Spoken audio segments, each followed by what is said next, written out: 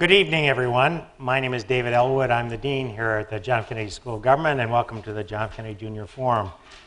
We're very excited to have a spectacular group of people up here this evening to talk about a topic that seems to have suddenly gotten some attention again. And so we're pleased. Larry Katz was laughing that he only gets called to the forum when someone's occupying at Harvard. The last time was during the labor movements, the living wage and so forth. So we're glad that Larry has instigated once again a reason to be here. I want to welcome you all here. It's a very important and exciting topic. I also particularly want to welcome our president, Drew Faust, who's here with Charles Rosenberg, her husband, and also a professor in the history of science as well as the social sciences, and many others. This is a wonderful evening to have. Imagine, if you will, a ladder. And the ladder is the ladder of wealth. And let's say the first rung is at $1 million. So in fact, every rung is $1 million of wealth. So 1 foot per $1 million. Got it? So the question is, where are you on that rung? And it turns out, if you look, most Americans, overwhelming Americans, are well below the first rung. Many of them are not even off the ground. Half are maybe an inch or two off the ground.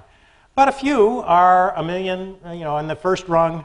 Some might be 2, 3, even 5. You might even think of some really wealthy people that might be on the 100th rung, 100 feet up. Bill Gates is 12 miles up. We're here to talk about inequality. And by the way, just since it's much in the news and so forth to talk about the top 1%, you might ask yourself, okay, Bill Gates is 12 miles up. A lot of people are an inch up. Where do you think the 1 percentile of wealth starts? Well, the first problem with this is we don't know how to measure wealth very well, and we don't actually collect it, and there's a dozen ways in which you can measure it and so forth. But generally speaking, with a reasonable range of estimates from low to high would be in the range of 5 to 10 rungs up is where the 1% start. So one of the things that I want us to be sure and emphasize, because I think it's been a problem in the current debate, is that there's actually inequality could be maybe broken broadly into 3 categories. One is the poor, the people that are largely disenfranchised, who they maybe cross the official poverty threshold, or they're mired in central cities, whatever. That may be the bottom 15 to 20%, something like that. Then there's this range between, say, the 15th to the 99th. And that's the vast majority, obviously, of all Americans. And there, too, inequality has been growing, and there have been issues and so forth, and we can talk about that. And then there's this top 1%. It's really probably the top half of 1% that are the very, very super wealthy. And it's very important to distinguish those 3 categories to really understand what's going on. And my fear is if we focus on just one, either the bottom or the top or whatever, we miss some of the most important forces that are shaping our lives and our futures and this very sense of the American dream. So we have a very distinguished panel here to speak on this. I must say it's especially exciting for me. Poverty and social policy has been largely my work until I became dean, in which case I ceased all work. But I had the opportunity to work on welfare reform during the Clinton administration, and so it's fascinating to watch as things develop.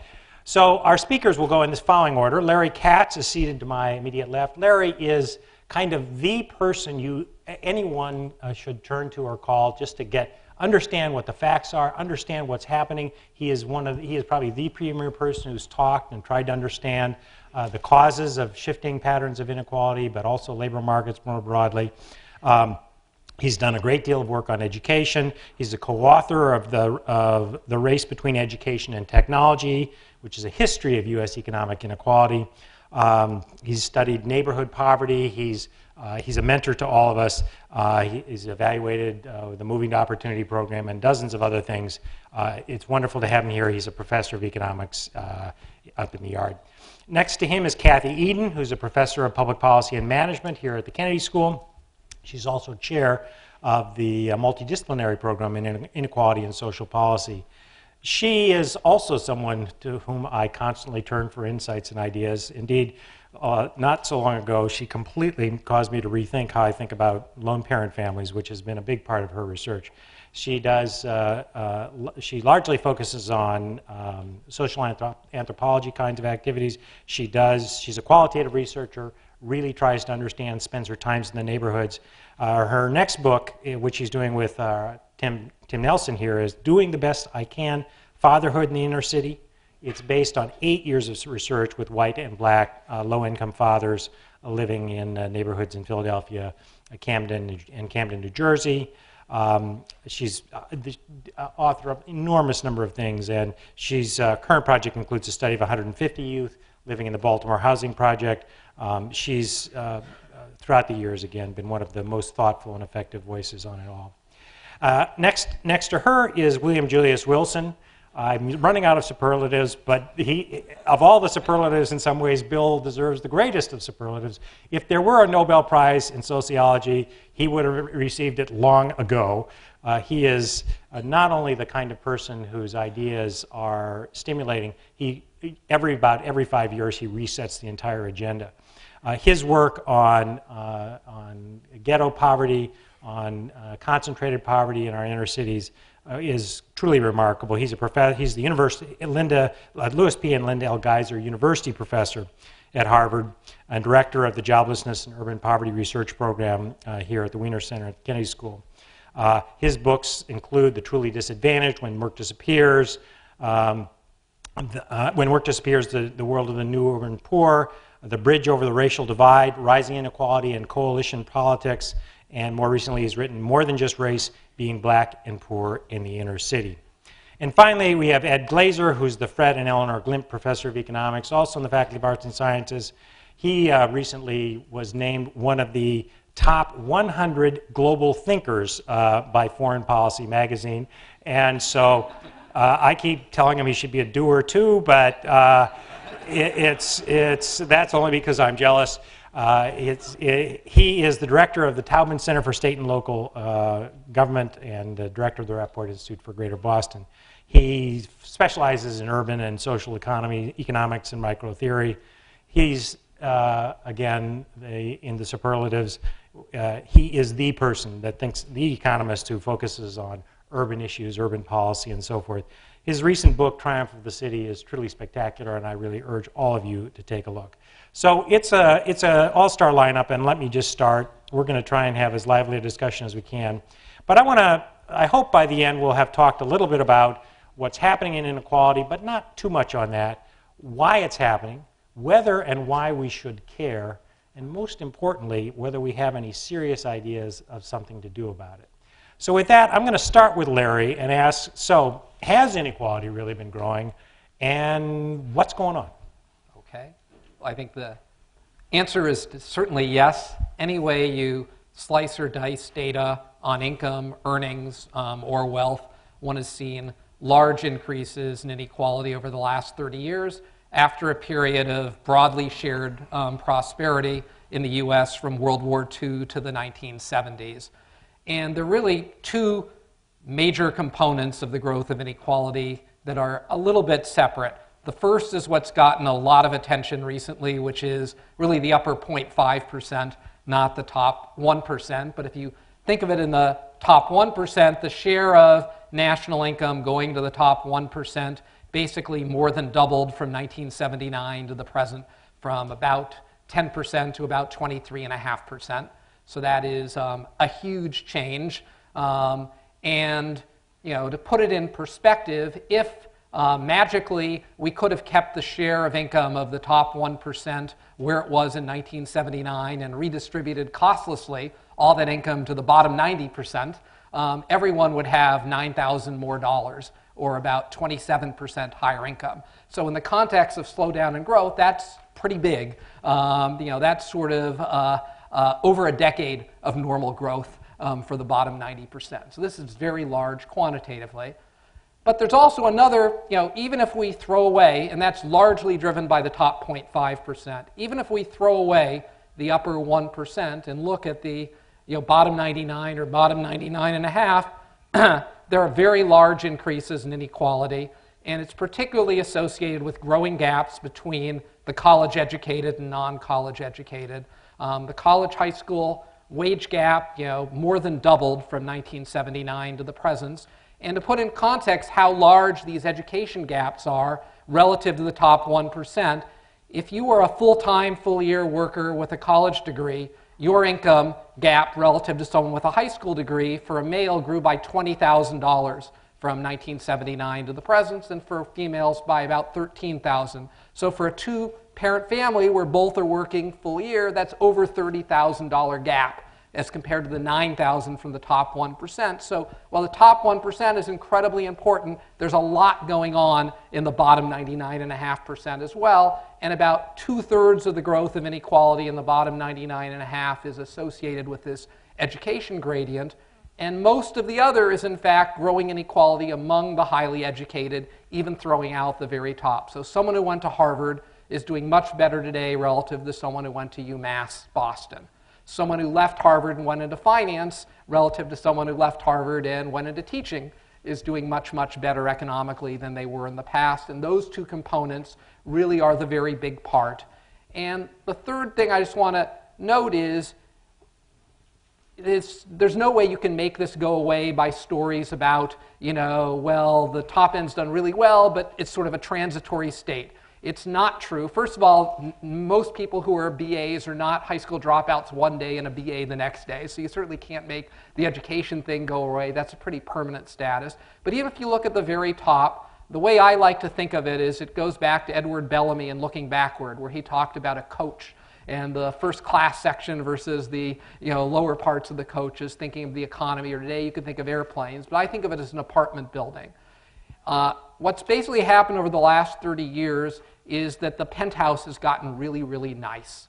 The basement has flooded, and it's full of cockroaches now that it didn't used to have. The middle units have pretty much stayed the same, but the elevator up to the top end is becoming more difficult to get on. It's true that some people born in the penthouse fall out and end up a couple floors below, and it's true some people escape the upper parts of the middle and end up in the penthouse, but that's always been true. But where you're born and where you start out economically is much more important, much bigger differences than before. The gap between the penthouse and the middle and the bottom is very much a permanent income thing. Even though there's a bunch of volatility, the volatility of people moving around hasn't changed very much. And so these are largely permanent differences, and where you're born, where you start out really matters. So Larry, you told us something about what causes the differences in the middle group, large middle group, but help me understand this huge growth in the upper half of 1%. Sure. So the way I try to think of it, there's sort of broad economic forces that are long-term. Economic development has led to large technological changes that have favored more educated workers. That's been going on for more than 100 years. It was true in the mid-20th century. It was true of the period after World War II, where one saw very balanced growth, even though there was increasing demand for executives, for financial executives. One of the big differences in the bottom 99.5% is we really expanded access to education over much of the 20th century, and that's really slowed down, reducing competition for people at the very upper end. So there's sort of forces of education, forces of technology, there are forces of globalization. All those play out in pretty much every rich country, but not every rich country has had as large an increase in inequality at the very upper end as the US. Other English-speaking countries have. Britain has, Australia somewhat, Canada not so much. Continental Europe hasn't. So you need to look beyond just those economic forces, and clearly tax policy, clearly the degree to which financial markets have been deregulated have played an important pattern. The huge growth at the upper end came after substantial cuts in top-end taxes at the start of the Reagan administration, similar things in the Thatcher administration in Britain, and there's strong cross-country and time series evidence that suggests when top-end tax rates are reduced, it's much more valuable if you're a top-end executive to spend your time expanding your income and negotiating with your board over it, and that certainly played a role. There are also potentially real labor supply responses. Those seem much more moderate. We don't seem to be getting great growth benefits from cutting taxes at the very top end, but there are large rent-seeking benefits. Financial deregulation and the globalization of financial markets and the ability to take risks that have been fairly opaque clearly have played a role. If you look at who are in the top 0.1 and 0.5%, they're dominated by executives of non-financial corporations and increasingly by people in finance. There's a tail of lawyers and doctors, superstar entertainers, and superstars play some role, but it's the mix of global finance and top-end executives who often don't face as much scrutiny in their pay and changes in norms. In countries with less of a decline in top-end tax rates, with some different norms of top-end pay, have seen pressures in this direction, but not as large as the U.S. Let me just follow up on that last thing, and then I want to move on to the next, which is, how much of this do you think is norms? Just a different attitude that it's okay if you're at the very top, and have they always had the capacity to command that level, and it just wasn't appropriate, or do you think this is really more understood as a set of policy and or economic forces? Yeah, I think it's an interaction of the two. I think there is strong demand for talent at the top end in corporations. They are larger. Being slightly better, there's an economic force. If you're making decisions worth, several $billion to a company, even being 1% better is worth a lot of money if you can capture part of that. So part of it is a better decision for a $100 billion company is more valuable than for a $10 billion company. But much of it is, you used to not have to motivate a person by capturing the full 1% to make that better decision. I don't think we need to. I think making $10 million more rather than $20 million more, you would still try to make a good decision. So some of it is the reduced tax rate, the sort of rat race element of the top, prestige, and you certainly see this in some of the scandals where people making millions of dollars as a McKinsey, partner look at people making tens of millions of dollars as, top, hedge fund and private equity guys and want to do things that you probably wouldn't have seen them do 30 years ago. Not, I think, because of their marginal propensity to consume from 100 million is that different, but because of the norms and status. Bill. Yeah, I'd like to weigh in here and really reinforce, not contradict my economist friend. You mentioned 1947 to 1970 as a period in which all boats. Rising tide lifted all boats. Right. In fact, poor families recorded higher income growth in annual real income than other families. That was a really unique period. Now, what is unique about the 1950s and 60s is that government policies, social as well as economic policies, were integral to the gains experienced by all groups. I just wanted to highlight that. Low-wage workers, for example, gained from a wide range of protections, including steady increases in the minimum wage, which I think you mentioned that. The government made tight labor markets a high priority. There was also a strong union movement that ensured higher wages and non-wage benefits for ordinary Americans. However, in the 1970s and 1980s, things moved in a different direction for lower wage workers. The union movement began its downward spiral. Macroeconomic policy was no longer geared toward tight labor markets. That might be putting it somewhat strongly, but monetary policy became dominant and was focused on defeating inflation above all else, and therefore the fate of the working poor rarely was discussed in those situations when the Federal Reserve Board, worried about the possibility of rising inflation, raised interest rates to slow down the economy. And then you mentioned, the Reagan experiment, which resulted in a change in the tax structure, and then furthermore, congressional resistance to raising the minimum wage and expanding the earned income tax credit threatened the economic security of disadvantaged families. So I think that we should make that comparison in addition to the things that you pointed out. I think we should also look at these economic and social policies of the government compared to back from 1947, say roughly 1970. Yeah, it is interesting. The rising tide lifting all boats was certainly something that happened throughout until the 70s. Starting in the 70s, it started to spread out, but the really extreme 1% part is much more of a recent phenomenon, although it's always been there. So it's an interesting set of combinations. I don't know, Ed, I've noticed you nodding. Do you want to get in here, or do you want?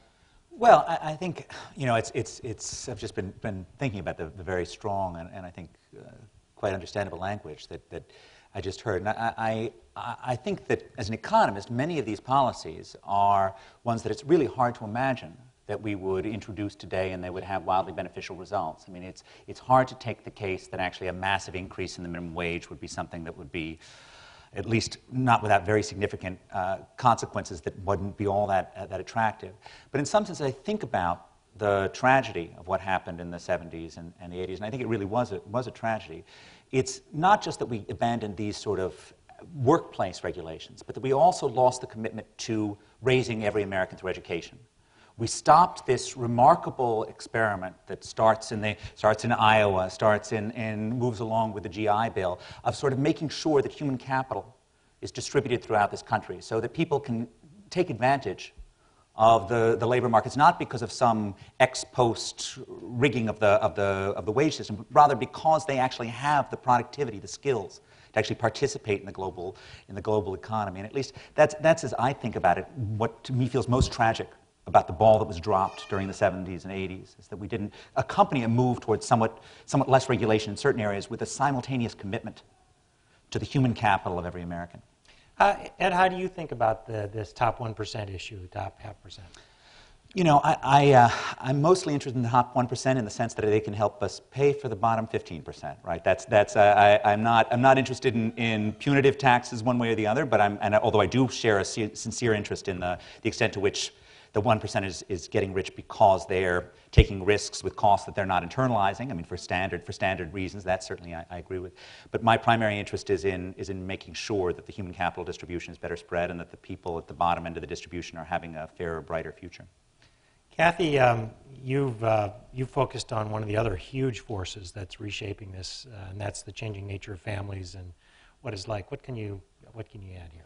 Well, as you said, I spend most of my time talking with people in their homes rather than looking at numbers. But I do moonlight as a demographer.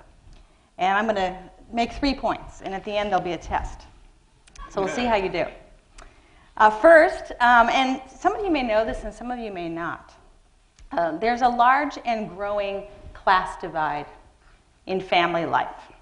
So the families of the college-educated and the non-college educated, I'm going to call them the haves and the have-nots, have never been more unequal. This is true in divorce. Middle-class people now divorce less as less often as they did in the 1960s, whereas divorces for the bottom end are growing. Non-marital childbearing barely moved among college-educated women, grown dramatically among those without a college education. And I'm going to argue that these trends in family structure have led to diverging destinies for the kids of the haves and the have-nots that are likely to have really troubling implications for the future. So that's point 1. Now, point 2 is that the growing class divide in family structure is part of what's driving inequality. So let's take non-marital childbearing as an example. Today, 41% of all children are born outside of marriage. Non-marital childbearing is highly concentrated, as I said earlier, among the have-nots. Now, this may not matter very much if parents who had children in these situations had stable situations. Let's say they lived with a mother who was stably single. Kids love stability. That might be okay. Let's say they lived with 2 unmarried parents who were together but just didn't have a marriage license. That would probably also be okay.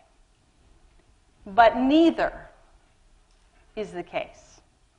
First, there are no stably single mothers. Only 4% of children born outside of marriage today will live with a mother that's stably single for the first 5 years of their lives. And only 30% will have parents who actually stay together over that first 5 years. The rest, 3 in 4, will face family lives that are unstable. Their parents will break up, and they'll quickly repartner, and often complex families. For these parents will often have subsequent children by these new partners. Now, as someone who spends lots of time in low-income neighborhoods among such families, I can attest to the fact that this makes kids' and parents' lives very, very complicated. Now, I want to just give you a picture of what this looks like. And we're going to start with Jill Have. I'm going to paint a mental picture of a typical child born to a married couple living in a large city in 2000. So over the first 5 years of Jill's life, she has about a 20% chance of seeing her parents break up. Now, once that happens, she may have to adjust to a new stepmother or a new stepfather. But often, these relationships will be lasting. Sometimes she may also have to adjust to a new half-sibling.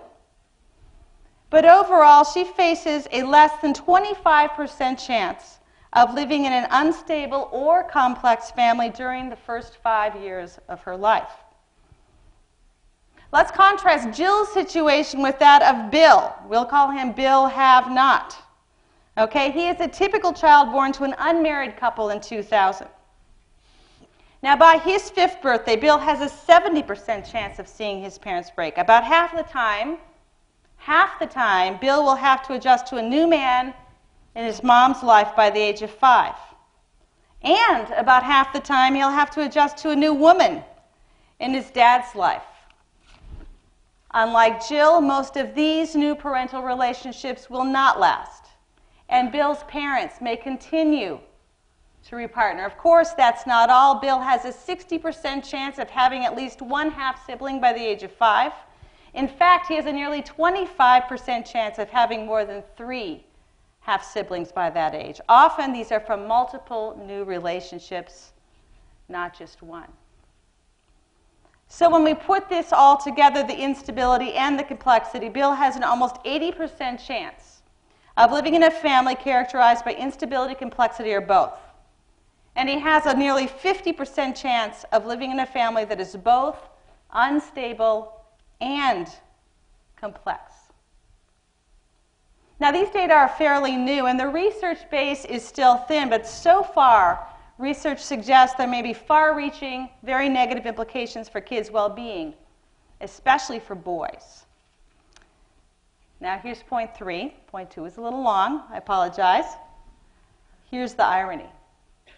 When you talk to unmarried parents at the hospital when they welcome their children into the world, most desperately want to stay together and raise their children together. Most even rate their chances of marrying each other as better than even. Some do eventually marry, about 18%, but what happens to them economically over the first 5 years of that child's life matters a lot. Couples who become poor, for example, are only half as likely to marry as couples who do not. And economic gains are associated with higher marriage rates. Acquiring a home, a key part of the American dream, is associated with a 3-fold increase in marriage among unmarried couples. When you hang out with poor couples in low-income communities, you'll hear couples say that it wouldn't be right, it wouldn't be moral to marry unless they've achieved some sort of economic stability, freedom from welfare, a mortgage on a modest row house, a little bit in the bank, and at least one steady job between them. If you follow couples over time, you'll find that when they make even modest economic gains, their chances of marriage, and thus staying together and raising their children together, increase substantially.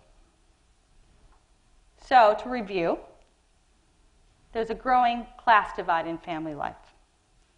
Second, this is part of what's driving rising inequality. And third, for the have-nots like Bill, what happens to his parents economically over the first 5 years in his life matter a lot for the kind of family he'll grow up in.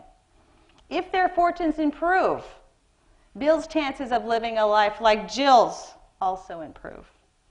But if they decline, the risk of this family instability and complexity that we suspect is associated with negative outcomes for kids' life chances is extraordinarily high. Thank you, Kathy. And I guess I think it's worth adding that remember the fertility rates overall for people in this upper, in your have group, the upper half, whatever, are falling. They're declining. They're less than reproduction. fertility rates. So the workforce of the future is the very group you're talking about. They are That's the people who will be doing the work in the future. So it's even if you're just focused on the larger economy. Bill, this is also a topic you've spent much of your life working on and exploring. I don't know if you wanted to add anything here. But partly I'd like to hear anybody's additional reasons why we should care about this growing inequality. But more importantly, what are we going to do about it? What can you really do? I mean, we've got people in Occupy Boston, Harvard, and whatever else. They've scrupulously avoided making demands of a large sort, big policy changes and so forth. But suppose they came to you and said, I want to change inequality in America. What should we do? Bill? Well, the question is, what can we do realistically, given the present economic and political climate? And certainly I would love to strengthen the nation's equalizing institutions. It's what Frank Levy calls equalizing. The economist Frank Levy calls equalizing institutions. Institutions that I think played a major role in the broadly rising economic increases in economic income, among all groups, situation where the poor experienced a more rapid increase in inequality, and more rapid increase in income than the top 1/5 of the population. So when I think of equalizing institutions, I'm thinking about quality public schools. I'm thinking about the welfare state broadly defined, which would include, of course, the health care legislation. I'm thinking about the minimum wage increases. Ed said that, certainly increases in the minimum wage may have consequences. Economists certainly have argued over the years that increases in the minimum wage ultimately will lead to more unemployment. And then you had the economists at Princeton, Kruger, arguing the opposite. But I think overwhelmingly mainstream economists resist the idea of increasing the minimum wage. But nonetheless, if you look back to this period where there was rising, or all boats, rising tide did indeed lift all boats. If you look at that period, the minimum wage did increase fairly regularly over a period of several years. It was a regular increase in the minimum wage. And so what I'm talking about is that how can we strengthen the nation's equalizing institutions so that we can stem or at least slow down the rise of inequality in our society.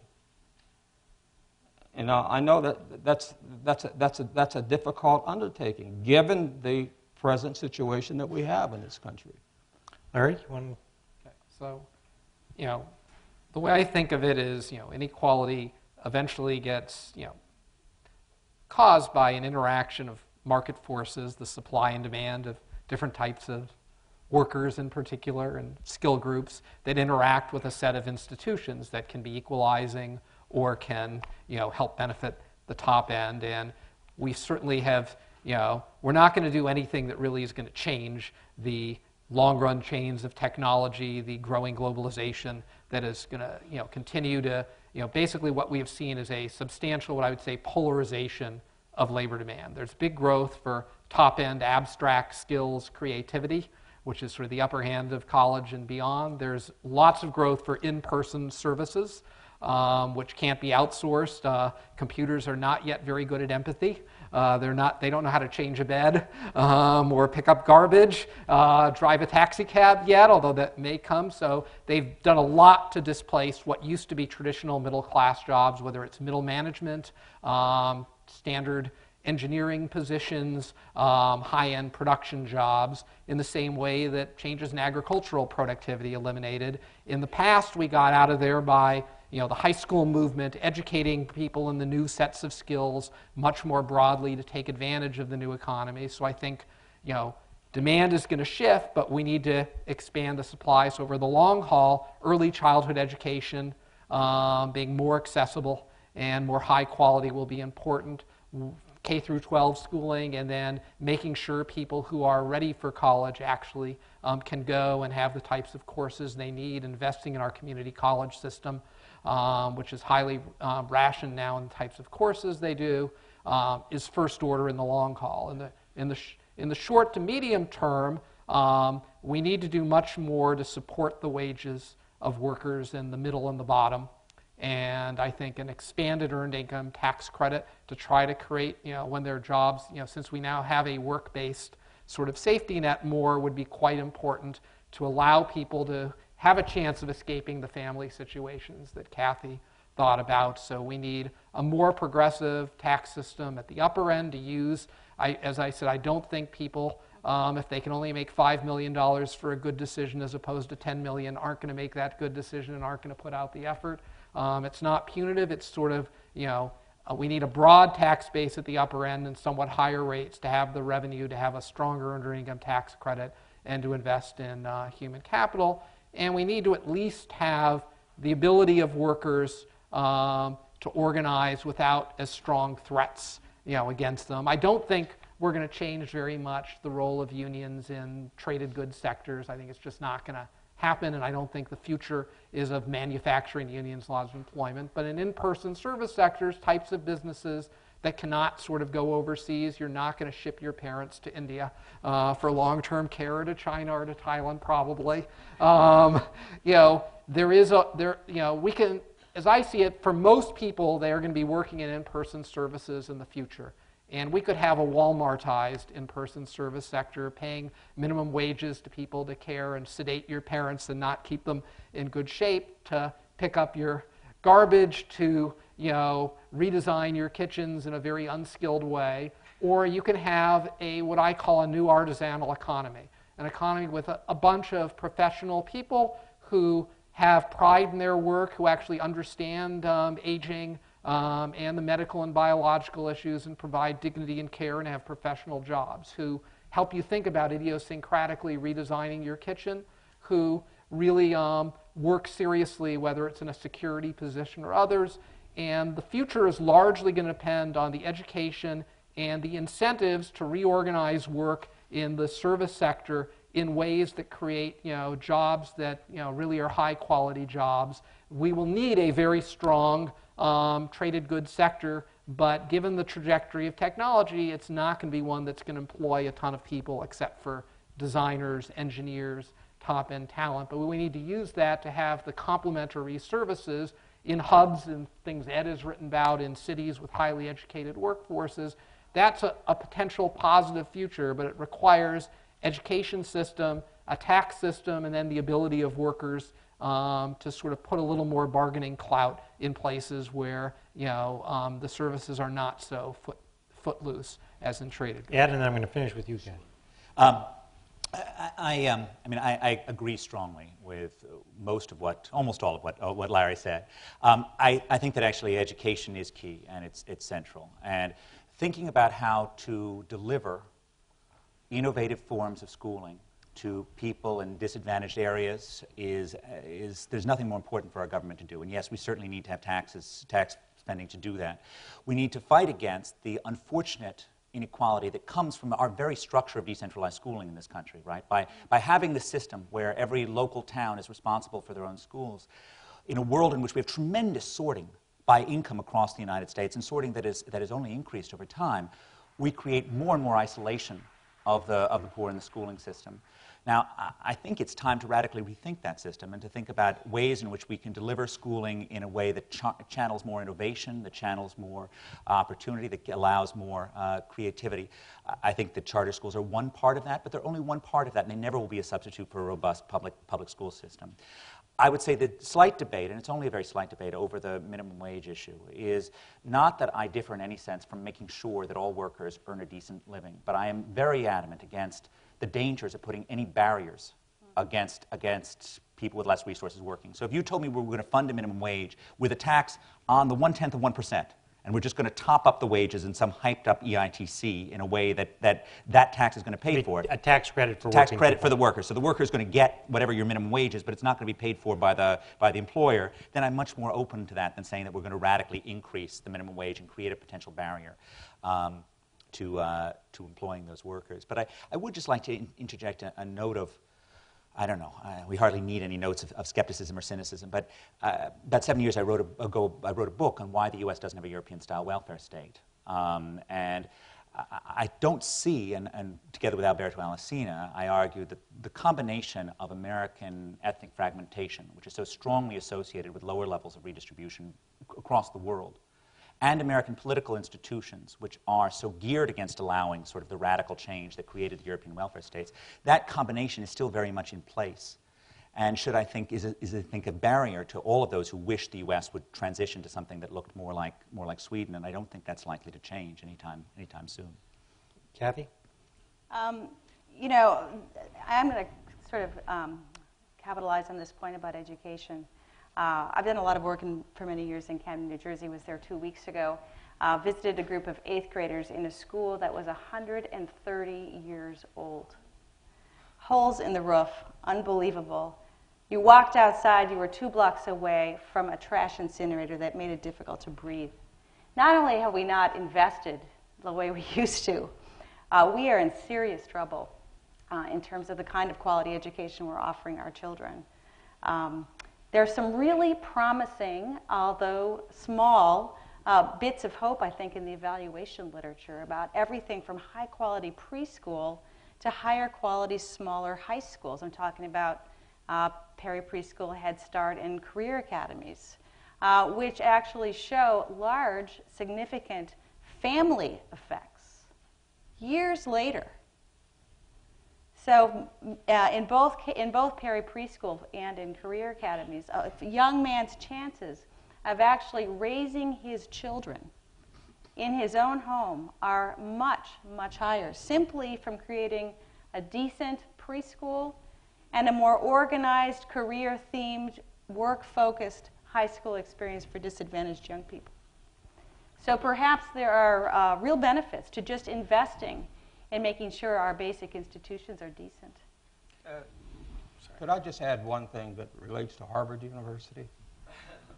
Seems you know, appropriate. increases in income inequality lead to increases in social inequality, and you see this in differences in college and university enrollment, including access to elite institutions like Harvard. Well, Harvard University initiated a program a few years ago that would provide full or almost full scholarships to many middle and lower income students who are admitted.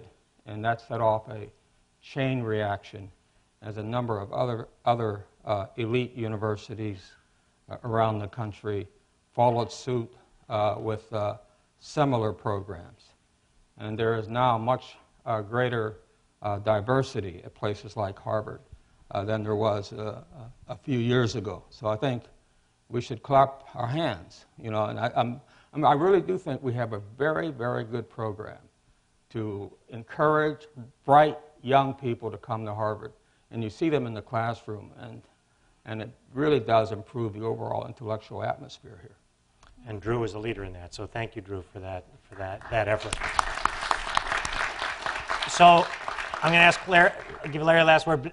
We're going to now open up the microphones. There are 4 microphones here, one right over there, one right over there, one there, and one there. Line up, and we'll go to that. So, Larry? Yeah, I just wanted to say one thing related to the issues about some of the politics and we have and schools. We have a lot of models of successful pilots, whether it's charter schools and career academies and others, as Cathy said, and a lot of really dysfunctional school districts which need sort of changes in.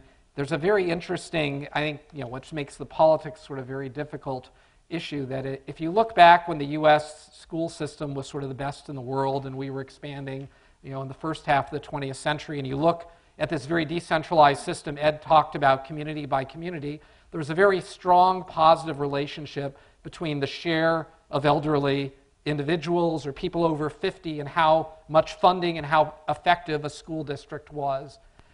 Today, we have a growing, aging society. We have very different ethnic composition of young people in school and of older people who are taxpayers, and there's now a strongly negative relationship between school funding and the age structure, the share elderly in a community or a state, and it's particularly negative when the ethnic composition of the elderly voters, median voters, are different than the students in the school. And I think that is a huge, the competition of resources, age structure differences is a huge political problem that I don't think we know yet how to deal with, but is really, if you look across states where things are really falling apart, California used to be a leader, now it's a disaster in education, is almost a perfect case study of the changes in the demographics of who are the taxpayers and who are the students.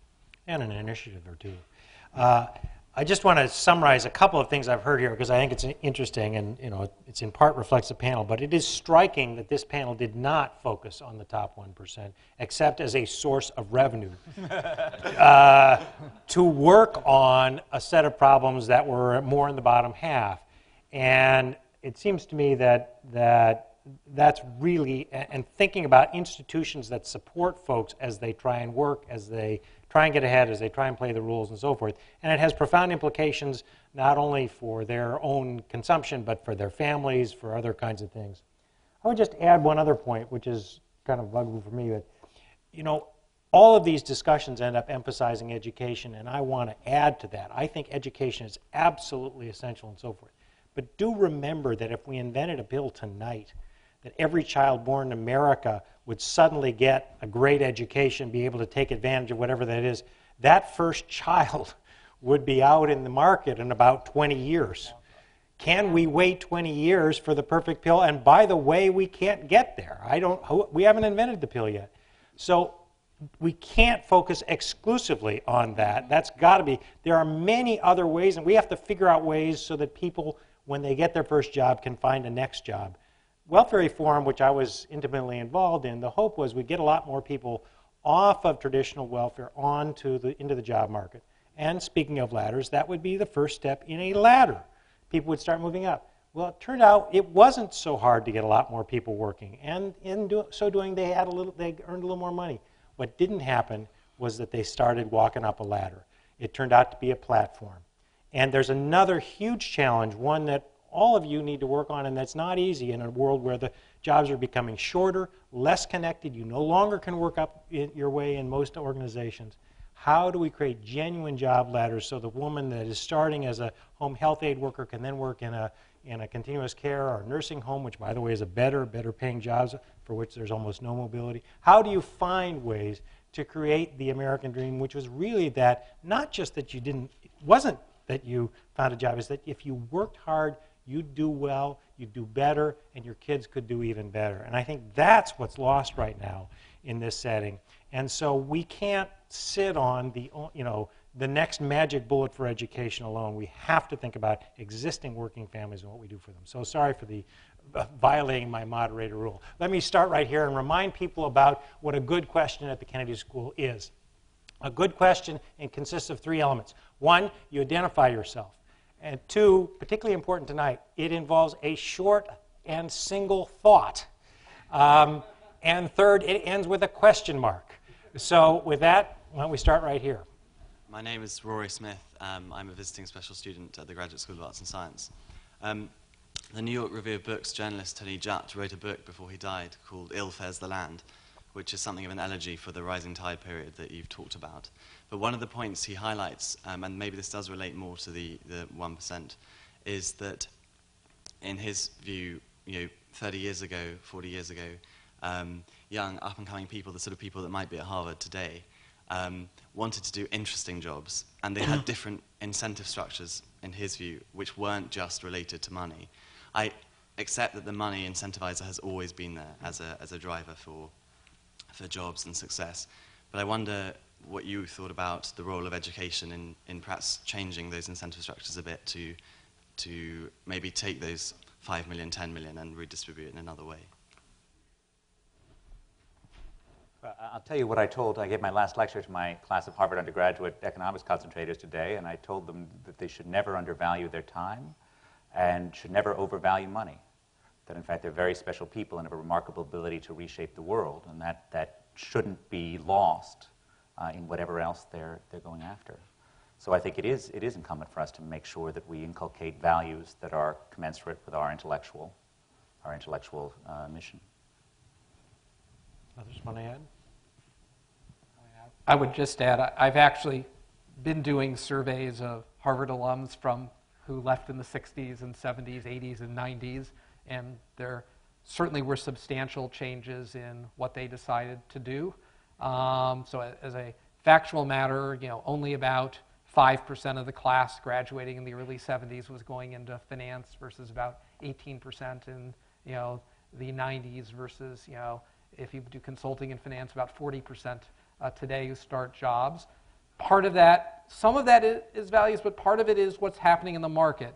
If you went to boring banking in the 1970s, you lived a good life, but you didn't earn that much more than a lawyer, a physician, even a teacher. Today, if you look at people 15 years out who went into finance, who have the same GPA, same SAT scores, who went to Harvard, who went into finance, they more than triple their income. So the economic incentives, we need to go on the values, but it's tough to go against that huge an economic incentive facing people. And is there anything we could do to change that? I mean, we hear this all the time. Here we are at the Kennedy School. There are a fair number of people that choose not to go that route or think of that as just one alternative, and they want to make the world a better place in a variety of ways. How do you deal with that? That's a bunch of market forces. It's a bunch of cultural forces, whatever. How do I think about that? Bill, this one's for you. You don't believe in asking tough questions, do you? Hey, I'm the moderator. No, I'm going to pass. Ed? I think the best we can. I mean, we can't change the earnings in our classrooms. I think the best we can do is to make the case for none of us here chose our jobs because of their earnings, right? And we have had, I think I can speak for most of us, enormously fulfilling lives that are just, and we are making it clear how blessed we are to have had those opportunities. Is right. So we can see, despite those opportunities, in fact, a substantial number don't. And I think if you look at the stuff that we have done, which looking at people's life satisfaction and their more qualitative stuff, I think you can make a case that people have lived very fulfilled lives who didn't always move. And there are also a lot of divorces and other things in that group taking the money. But I think it's tough. It's a tough sell, but as educators, I think we have to make it. And you do actually see people are willing to take much lower incomes. If you look at postdocs, say, in the biological sciences, there's a very nice study, who have multiple job offers, some more corporate, where they have to do other people's work, but they're going to make a lot more money, others where they actually get to do their own science. People are willing to take $150,000 less a year as starting salaries to do their own sciences who have come out of places like this. So I think we can move in that direction. Yeah, the important thing is to make your classes exciting, get these kids interested in pursuing careers that address problems of inequality in society. A lot depends on how exciting you make your classes. I don't know how you can go beyond that. I think this has also actually been something Drew has focused on. Is this, I think what higher education can teach you is life is a quest for meaning, not money. They can be related, sometimes directly, sometimes inversely. Right up there. Thank you all for joining us today and sharing your thoughts. My name is Alex Way. I'm a student here at the Kennedy School. I wanted to follow up on 2 points that were made this evening. One, the European welfare states may not be within our reach at this moment, and two, we're not doing a very good job of building career ladders inside of our companies. So I'm wondering whether we need to start focusing more on practices inside of businesses as a way to reduce inequality. I'm thinking about how we attack thoughts about the shareholder value doctrine, or also thinking about cooperative businesses as a means to change the way that economic production is organized and provide ways for people to have meaningful work. I'm wondering if any of you might share your thoughts on those themes.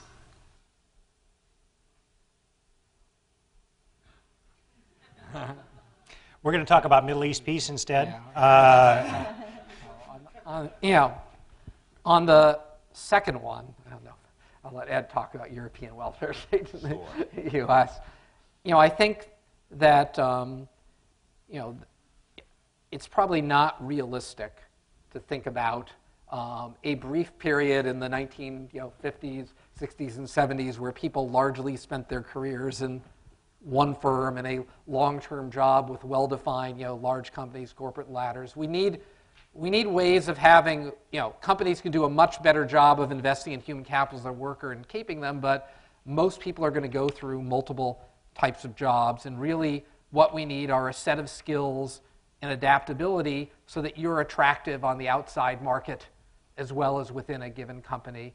And that's where I think, a lot of the issues have arisen in some. There are these wonderful training program evaluations that show very good effects of getting into first jobs, as David said. But one of the difficulties is once you cross company boundaries, it's very tough even to do an evaluation of a program that wants a job ladder from starting jobs in one place, say home health care, into sort of another one. You can't even get companies to volunteer to be part of such programs because it's so distinctive. So I think, it's going to end up being much more on the set of skills workers have and their willingness to invest in themselves, and creating that sort of talent that companies want to invest and keep them and retain them because they have good outside options. I think it's going to be much tougher to change the economic incentives companies have except that way.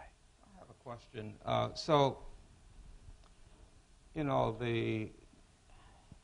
We're looking at the eroding strength of the nation's equalizing institutions. That means we give up. That means that we don't address the problems of public education. That we don't address the problems of comprehensive health coverage. That we don't address the problems of inadequate minimum wages. I mean, do we just simply throw up our hands in despair and not strengthen these institutions that have been so important in improving the lives of disadvantaged people or lower-income people, or even middle-income people for that matter? Okay, right over here. I mean, you're not going to respond? Are you asking me? Right, I'm talking about people on the panel. Do we? Oh, sorry. So we just give I thought up. it was a rhetorical question. So, and a very good one at that. So Right. I would, I think we need, I believe we need to strengthen the institutions that have, buffeted market forces and have complemented them. I think it would be as I said, I think it would be very tough to build a strong traditional union movement, and it wouldn't be terribly relevant in the current traded goods sector. One, there are not a lot of jobs that are going to be there. Two, this really is footloose. In the in-person service sector, I think we do need to make it much easier to form a union, and we need to think of reforming labor law in ways of having things more like European works councils that give people voice in the workplace without having to have a traditional union, even though that's anathema to traditional unions in the U.S. I do think there are other models out there, and I suspect the model that will be out there isn't one we've currently thought of, but I don't think a return to exactly what was there in the 50s and 60s. No, I don't think so I either.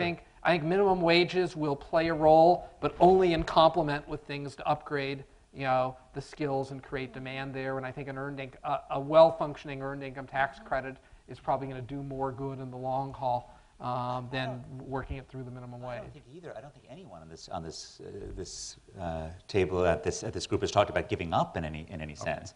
It's a question of what we think will be the smart approaches to create a nation of equality and opportunity. I think one of the great, it's enormously difficult to think about causing reconfigurations of the corporation and asking corporations to, go against what's fundamentally their fiduciary duty to maximize shareholder value. I mean, that's a very hard thing to move against.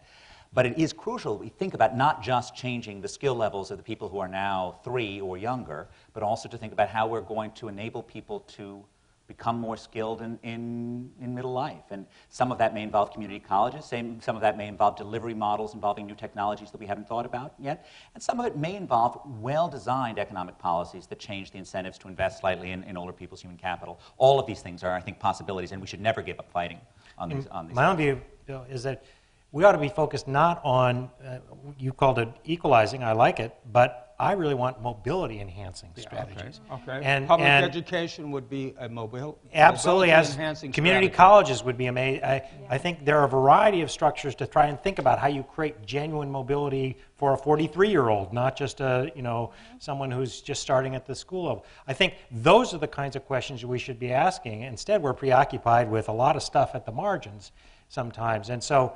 I've always supported a higher minimum wage, but I don't think that creates mobility. We've tried getting people up to a slightly higher paid job. I think we've got to find ways to really make work pay and to really make working pay off even more in the future. Right over here. Hi, I'm Manoa Coletti. I'm an MPAID here at the Kennedy School and also a graduate of Harvard College. My question is for Professor Glaeser. You described some of the contours of the inequality problem as a loosening of regulation without a simultaneous movement to focus on investment in human capital for lower-income Americans. Arguably, some of the friction allowing one to continue existing without the other comes as rhetoric that justifies current tax and fiscal stances with faulty economic thinking. Firstly, how does this persist? And secondly, how does the collective voice of America's elite economists coalesce more powerfully to guide policy? Thanks. I think this is absolutely crucial, and I think it is important that economists not just be voices for, fighting against certain policies that some of us may think are mistaken, but also fighting for policies that will actually have a larger impact on creating a society that's fair to all. I think one of the key things, rhetorically, and shall we say even making this sales pitch for America, is to make the case that this is not just about inequality and not even just about opportunity, but it's about the future of our nation. It's about the future of the strength of America, which will rise or fall on our human capital. And it is not just a tragedy for a person if they don't manage to figure out how to get the skills to succeed in the modern economy. It's a tragedy for all of us, because we all benefit from each other. And indeed, the horrendous losses that happen when a fifth of America isn't able to fulfill that potential, that loss is felt by all of us. And that's part of a national curse for our economy and for our society as a whole.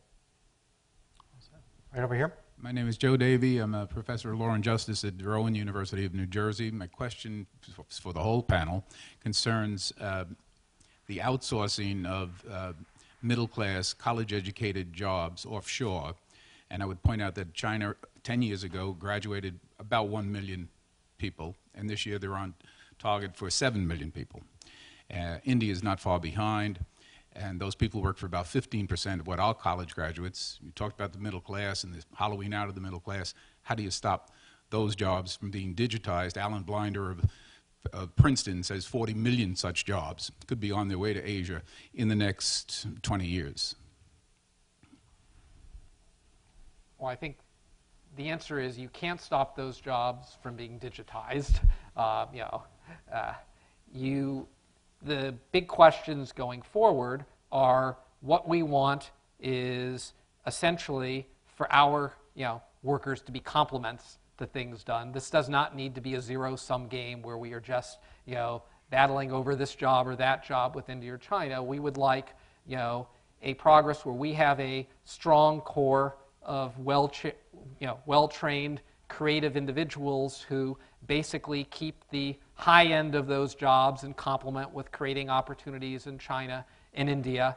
And the big issue is we're certainly going to see a continued erosion of what have been, and moving up the food chain, what have been very routine sort of middle class, both, white collar and production jobs. But, the key is, there are many cases where the outsourcing of certain tasks free up people to do the more imaginative and creative tasks. And so we need to have the strong infrastructure that involves energy policy, it involves transportation, and we need to have the strong education.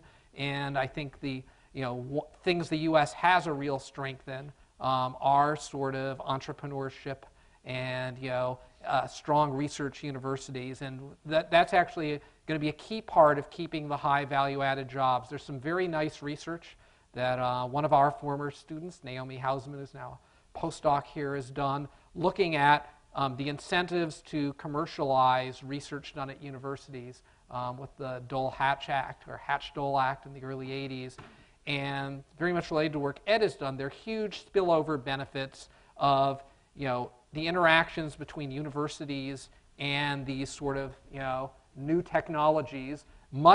And the life cycle of it is, in the short, medium run, you create a hub, which is where, whether it's Austin, Texas, Cambridge, Route 128, and others, of tremendous job creation of high value-added jobs. Eventually, those things spin off, and work gets outsourced. But we need to keep at the leading edge there, and that's going to involve investing in universities and in research, and in having, essentially the ability for new firms to start up. And in this downturn, what's really been shocking in the lack of job growth has been the lack of new startups, which have been our engine of providing those types of jobs, which have to do with the capital market and research funding, and that's what's really shockingly. So we're not going to win by cutting off the ability to outsource. This isn't a win-lose. We're going to succeed if we have the infrastructure, the universities, and the talent such that we keep on generating the new generation of the higher value-added jobs, and it should be win-win. Certainly some of it has not been in the short run. Right here. Good evening. Thank you all for being here. Thank you, Professor Edin, for highlighting the importance of marriage. With the repeal or potential repeal of the Defense of Marriage Act and the increasing support of gay marriage, I wanted to hear the panel's thoughts on economic social policies that favor the institution of marriage. Daddy. I think that's, I will say that in Europe, their cohabitations last as long as our marriages. So marriage is just the way that Americans happen to stay together, okay? So it's not marriage per se, but it's the staying together part that really benefits kids. And we don't know how to stay together outside of marriage, which is why I emphasized it. Some of us do, but not very many. Maybe I'm depressing some of you in this room. But I think we do know about how to shore up the relationships of low-income couples who have kids. I mean, these family situations are just extraordinarily complex. I put up charts in my class, as many of my students are here, and we stare at them and we think, what kind of institutional arrangements could even respond to families of this kind of complexity? But modest economic improvements have really shown some movement. So in the Minnesota Family Investment Program, modest wage supplements for low-wage workers who were on welfare led to reductions in divorce among low-income married families. You saw slight increases in marriage in the New Hope experiment, which is also a wage supplement. And then again, as I said, in the Fragile Families Survey, where you can follow couples over time, you see the probability of marriage can be moved by increases in one's economic fortunes. So an expanded earned income tax credit, I'm all for. I've spent the last 4 or 5 years with some students studying the one we've got now. It's terrific, but it doesn't pay enough, and families still can't make ends meet. So, Bill? All right, great. Thank you. All right. Good evening. My name is Alex Smith. I'm a freshman here at the college. I just wanted to ask the panel to comment on a sort of conflict that I detected between movement toward getting a lot of students through college, but also a movement to increase these sort of face-to-face jobs. I know there's a growing movement I've heard of where to sort of put people precisely where they belong. So if someone's a brilliant auto mechanic, we wouldn't want them to go through Harvard and get skills that they necessarily weren't fitted to. So with sort of as we addressed earlier with outsourcing, are we moving toward a situation where everyone in America will need a college education, or should we still put some effort into nurturing those face-to-face jobs that are sort of eroding as we outsource them? Larry? Well, I think ideally everyone in the U.S. should have the opportunity to go to post-secondary education, which can be liberal arts education. It could be a mix of liberal arts education and a set of skills. In fact, you can't actually be an auto mechanic today by just playing around with cars in your garage. You actually have to understand electricity, and the models are updated so rapidly it does require a lot of retraining, and many community colleges as well as many for-profit institutions are required, and there is really no economic future without some amount of post-secondary schooling. And I personally think it needs to be mixed with strong liberal arts, because those are the flexible skills that are going to be valuable, and you're not necessarily just going to be an auto mechanic forever. But a big issue going forward, though, is if you look at community colleges in the U.S., they're hugely overrun. The state budgets are very difficult. The vast majority are doing general studies, even though the returns seem much higher for doing things like a health technician, like an auto mechanic. And one of the big reasons they don't provide many of that is their big fixed cost to setting up instruction in those areas. And while they get funding on the number of students in the short run, states are very scrapped for providing the infrastructure for setting up a nursing program, for setting up an auto mechanics thing. And what's happened is there's been this nimble force, the for-profit higher education sector, which has come in there, some of them very good, but many of them are charging $20,000 in tuition, 90% funded by federal loans and Pell Grants with huge default rates. We would be much better off if we were better investing in the infrastructure of community colleges to compete, I think, than going in that model, which has not worked as well as it could. Or at least making the Pell Grants more contingent on actual skill Oh, yeah. creation, right? We I mean, need to that's have the... Right over here. By the way, we're going to have time for just 2 more questions. Wonderful, thank you. My name is Victor Cedeno, and I'm an MPP1 here at the Kennedy School. I know that we've mainly focused on economic issues today, but I continue to hear from the Occupy movement all over the country. They don't feel that they're being represented by either party in Washington. And so my question is about inequality and democracy. Can they coexist? And as a democracy, is inequality something that we ought to be focused on, or should we simply focus on how the worse off are doing? I see that there's a difference between the two, and you've touched on that today. That the Occupy Wall Street movement has done, I think, very effectively, and it has raised the awareness of inequality, income inequality, and social inequality in American society.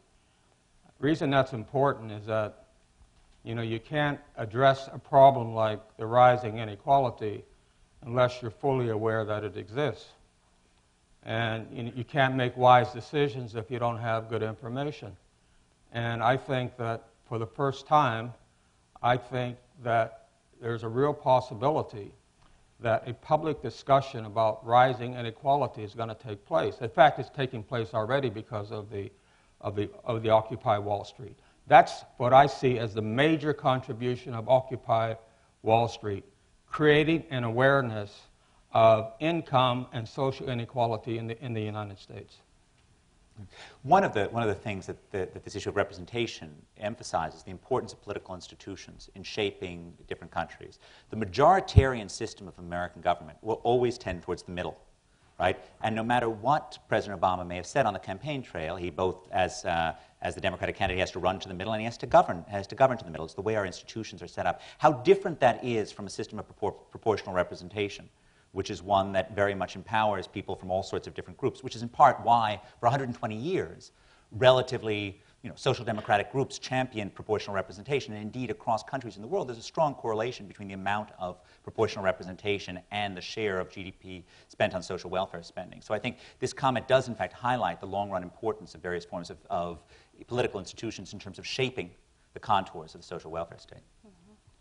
But I do think that's a great question, a question for another panel. But fundamentally, the question of why democracy doesn't seem to be working very well. I don't think anybody's very happy with the institutions at this stage. And how do you deal with the many different issues that make it? And another point, I think part of what the panel is saying is we should be at least spending a fair amount of time thinking about how we create the kinds of society and mobility that we're after, as opposed to fighting about, issues around tax policy at the David, top. could I raise one other point? This question also reminds me that the Occupy Wall Street movement has made us aware that there is an association between income inequality and civic engagement, political participation, political behavior, and so on. We haven't talked about that tonight, but that's a very, very important topic when you're talking about inequality in American society. This will be the last question.